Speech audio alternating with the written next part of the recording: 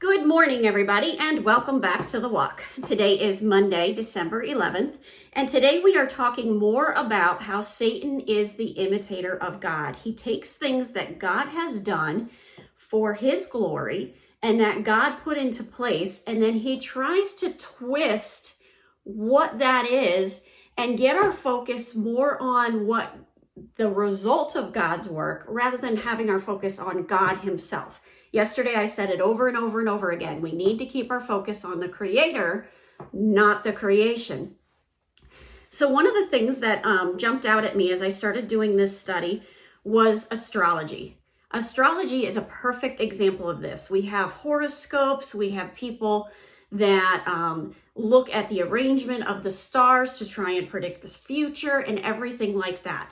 Their focus is on the stars, and their focus is not on the creator of the stars. And it is true that the Bible has told us to watch for signs in those stars of what our creator is doing, and that there are indications. However, when you take it to the level of astrology and you take it to the level of horoscopes, now you are on Satan's turf.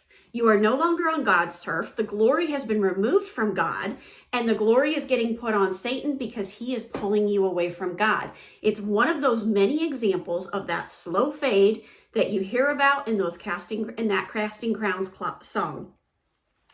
So where does that bring us in the Bible? Well, in Luke 21, verses 25 to 28, this is where Jesus is talking about the coming of the Son of Man. It's that second coming when Jesus comes back, and he says, "And there will be signs in the sun and moon and stars and on the earth, distress of nations and perplexity because of the roaring of the sea and the waves, people fainting with fear and with foreboding of what is coming on the world, for the powers of the heavens will be shaken, and they will see the Son of Man coming in a cloud with power and great glory. Now, when these things begin to take place, straighten up and raise your head, because your redemption is drawing near." Here's what's jumping out at me. Jesus is explaining the result of what the Creator is doing. And he's saying those are indicators that your focus needs to get right back to that Creator. And you need to be aware of the fact that the Son of Man is coming. From the very beginning, God told us to use the skies, to use the sun, to use the moon, to use the stars as a way of marking times and seasons. In Genesis 1:14, God said, "Let there be light in the expanse of the heavens to divide the day from the night, and let them be for signs and seasons and for days and years." God is the creator of the time. We don't worship the time, we worship the creator of the time. And then as for astrological signs, we've got the zodiac, we've got the sun and the moon and the stars, and they're used to interpret divine meaning when we can go straight to the creator of that to get that divine meaning. In Isaiah 47, verses 14 and 15, it says, "You are wearied in the multitude of your counsels. Let now the astrologers, the stargazers, and the monthly prognosticators stand up and save you from these things that shall come upon you. Behold, they shall be as stubble, the fire shall burn them. They shall not deliver themselves from the power of the flame.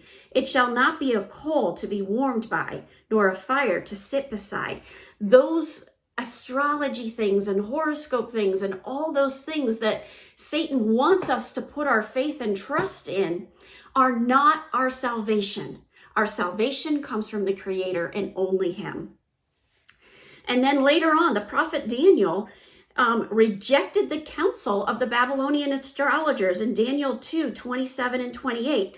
Daniel answered in the presence of the king and said, "The secret which the king has demanded, the wise men, the astrologers, the magicians, and the soothsayers cannot declare to the king."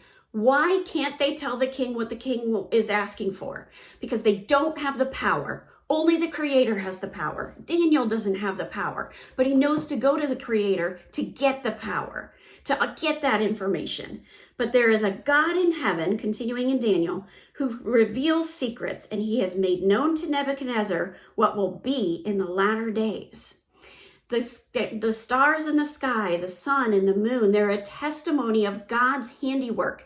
In Psalm 19:1, it says, "The heavens declare the glory of God.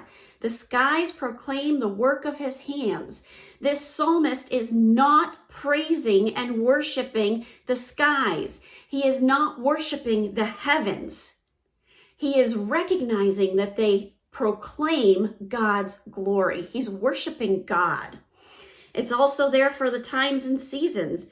And in Psalm 104, verses 19, 20, and 23, it says, "He appointed the moon for seasons. The sun knows its going down.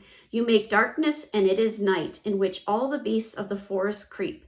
Man goes out to his work and to his labor until the evening." And then in Job 38:33, it says, "Do you know the ordinance of the heavens? Can you set their dominion over the earth?" No, Satan cannot do that. Only God has that authority. Only God has that dominion. And we've got to keep our focus on the Creator. Don't pay any attention to those horoscopes. They are meaningless. You get your guidance and direction from God himself. Have a wonderful day. God bless, and keep walking the walk.